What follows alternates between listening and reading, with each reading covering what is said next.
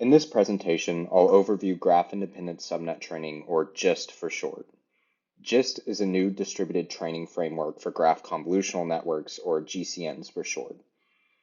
GIST operates by dividing a global GCN into several disjoint subnetworks, training them independently, then combining their individual weights back into the global model. GIST has the benefit of enabling very large-scale experiments with graph convolutional networks, both in terms of model size and data size, as well as the benefit of reducing wall clock training time for GCN experiments at large scales. Before diving into the bulk of the presentation, it's actually useful to overview what a GCN is. So the motivation behind GCNs is the simple fact that although deep learning works well for Euclidean data, our data that we use for deep learning can't always be represented this way. In fact, many applications rely on graph-structured data. For example, things like social networks or chemical molecules could be represented in this way. As a result, we need to form some kind of deep learning techniques that will work on such graph-structured data. Several deep learning architectures have been extended into the graph domain, meaning that they'll work for graph-structured data, but the most popular of these is the GCN, which implements a generalization of the convolution operation on graphs. And the GCN has been shown to work very well for node and graph level classification tasks over graph-structured data. The equation for the GCN forward pass is shown here. As we can see, given some input feature representation to our layer, h of L, we first multiply it by a weight matrix theta of L before we multiply this product by our normalized adjacency matrix. And then after this, an element-wise activation function such as ReLU is applied. Although this may seem somewhat complicated, there's a very intuitive interpretation of this forward pass.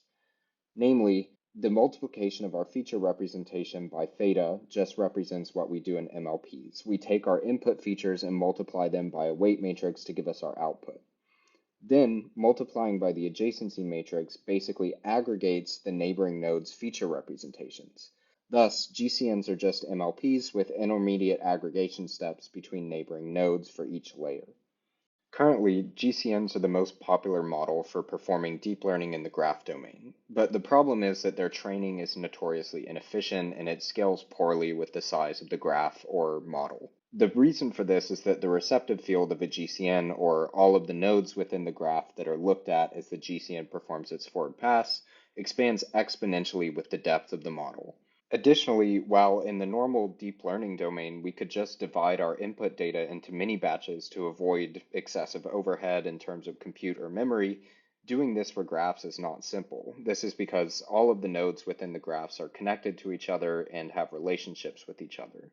Therefore, unlike normal training scenarios for deep learning, our input data is not independent and can't be separated easily into mini batches. Interestingly, the training inefficiency of GCNs is typically tackled by just partitioning the input graph into multiple subgraphs that can be used as mini batches during training. And this can be done in two ways, using either neighborhood sampling or graph partitioning, which are both common approaches. Despite these methodologies, however, the scale of GCN experiments lags behind that of deep learning, and one of the major goals of GIST is to fix this and enable larger scale GCN experimentation. So what exactly is GIST? Well, GIST is a novel distributed training methodology that can be used for training any GCN architecture, and it's compatible with the neighborhood and graph sampling approaches that we mentioned in the previous slide. The general approach behind GIST is to randomly decompose a global GCN model into disjoint narrow sub-GCNs that have equal depth. This decomposition is performed by taking the feature space at each layer and randomly partitioning the nodes within that feature space disjointly to different sub-GCNs, thus resulting in sub-GCNs that are narrower at each layer in comparison to the global model. Once these sub-GCNs are created, they're trained independently in parallel, meaning that they're each sent to separate GPUs and trained independently. Then, once this independent training is complete, we copy the parameters of the sub-GCN back into the global model. And because the parameter partition is disjoint, there's no collisions between the different parameters of the sub-GCNs. Then, this process is just repeated until convergence, where we create a new group of sub-GCNs, train them independently, aggregate their updates, and then loop over this process. As mentioned previously, GIST can be combined with node partitioning techniques, and because of this, it can handle arbitrarily large graphs during training. Additional benefits of GIST are the fact that it works with any GCN model, improves communication and training efficiency, lowers the wall clock training time for parallel training, and also allows us to train ultra-wide models, meaning models that have very large hidden layers because of the fact that we partition the hidden space into narrower sub-GCNs that are independently trained. This training process is formalized in the algorithmic description in this slide, where we see that we first randomly initialize a global GCN model, then we take our training graph and decompose it into several subgraphs using a cluster operation, and this is optional because if the graph is small enough, we can just train in a full batch manner and avoid this clustering step.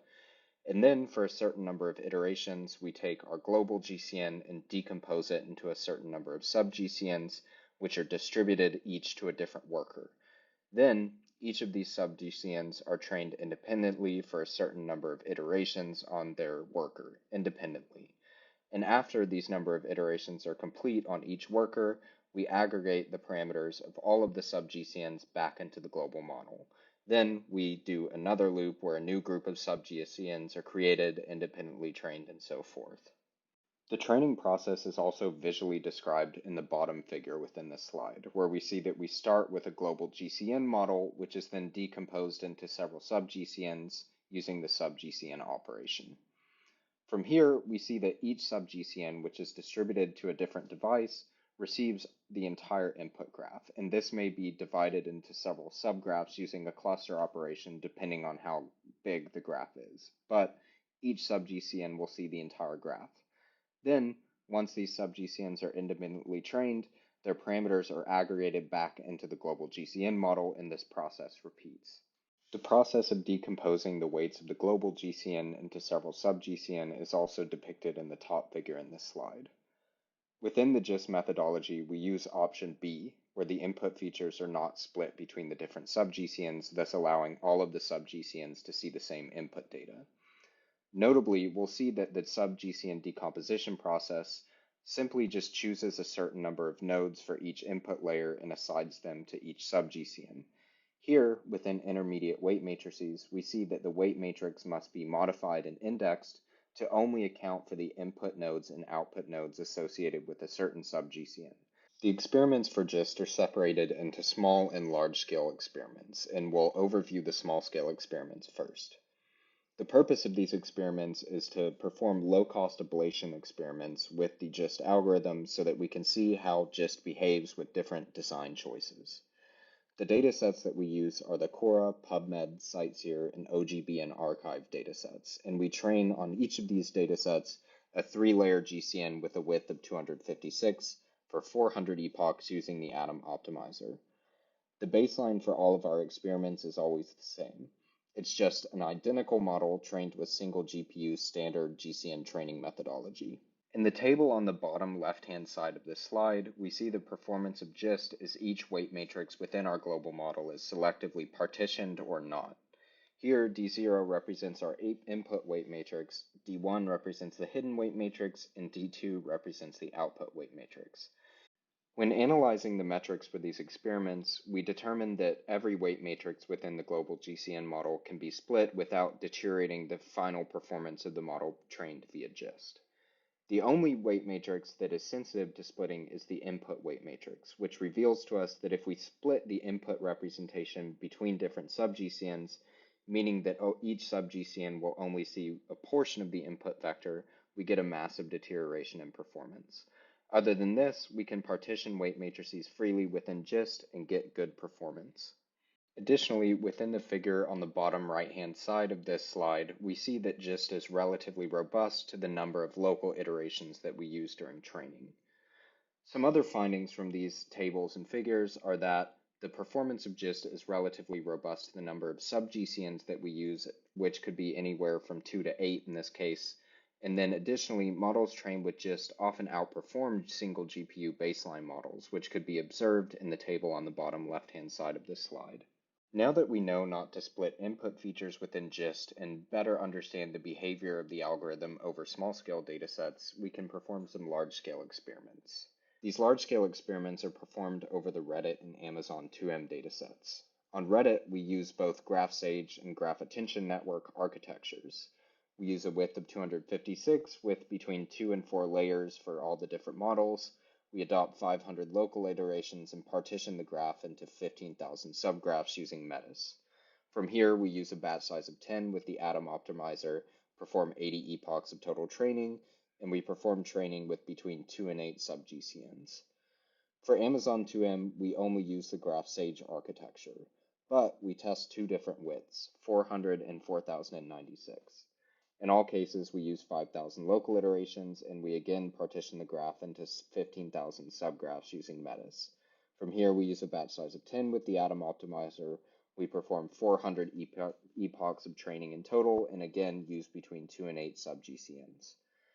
The baseline in all of these cases is again an identical model trained with standard single GPU methodology, and all performance is measured in terms of wall clock training time and F1 classification score. The results of our experiments on the Reddit dataset are summarized in the table at the bottom of this slide. What we see is that GIFs significantly accelerates GCN training and sometimes improves the accuracy in comparison to single GPU training methodologies. Additionally, as we incorporate more sub-GCNs into GIST, there's a slight degradation in accuracy, but an improvement in overall wall clock training time. Further, the speedup that we see within GIST seems to be more significant for models and datasets with large compute requirements. For example, the Graph Attention Network, which has a larger compute requirement than the GraphSage model, tends to see a larger speedup when trained with GIST. For example, when we look at the 4-layer models with 8 sub-GCNs, GraphSage achieves a 1.3x speedup in comparison to the single GPU training methodology, whereas the Graph Attention Network, when trained with GIST, accelerates the training procedure by almost 8x, which is a much more significant acceleration. Within this slide, we summarize the results of our experiments on the Amazon 2M dataset. All of these results are summarized in the table at the bottom of this slide. What we see within these experiments is that narrow models tend to perform worse than the baseline model, but train much faster when GIST is used. Additionally, we see a more significant speedup when wide models are trained with GIST, which falls in line with our previous observation that models with larger compute requirements tend to see larger speedups when trained with GIST. Additionally, GIST performs better when wider models are used, and baseline models tend to take longer to achieve comparable F1 score in comparison to the models trained with GIST of the same size. For example, when we look at the models with 2 layers trained with 8 sub-GCNs, standard training takes 2.5 times longer to achieve an F1 score of 88.86. These results generally indicate that in comparison to single GPU training methodology and for both model sizes, GIST accelerates performance to a comparable F1 score. However, when wider models are used, those with larger compute requirements, the speedup observed by GIST is much larger.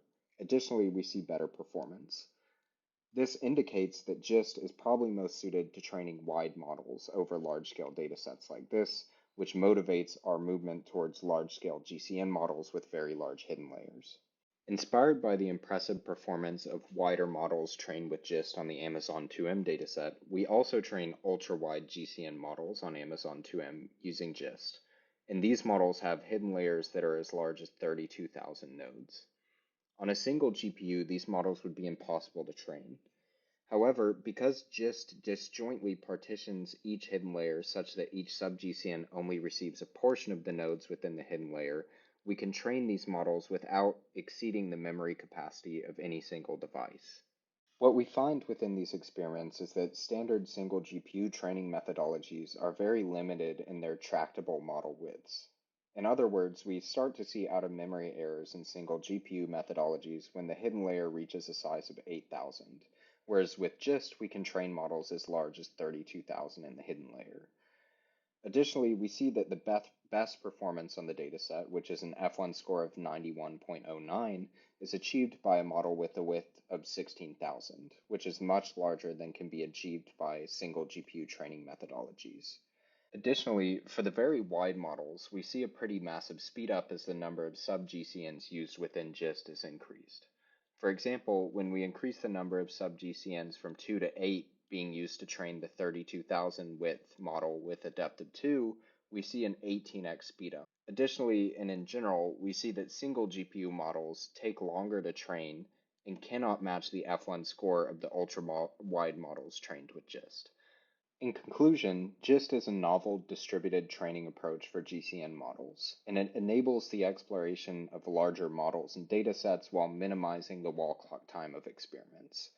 It's compatible with any GCN architecture and can easily be combined with existing sampling approaches that make GCN training more efficient. GIST operates by creating a feature-wise partition of the global GCN, which decomposes it into several sub-GCNs. These sub-GCNs are then trained independently and in parallel before having their updates aggregated. Within our experiments, we see that GIST achieves remarkable speedups on large-scale GCN experiments and even enables the training of ultra-wide GCN models with hidden layers as large as 32,000 over large-scale datasets like Amazon 2M. Experiments at these scales cannot be handled by standard training methodology in its current state. As a result, we see GIST as a step towards exploring experimental scales comparable to deep learning within the GraphML community. Thank you very much for your time, and I hope you enjoyed the presentation.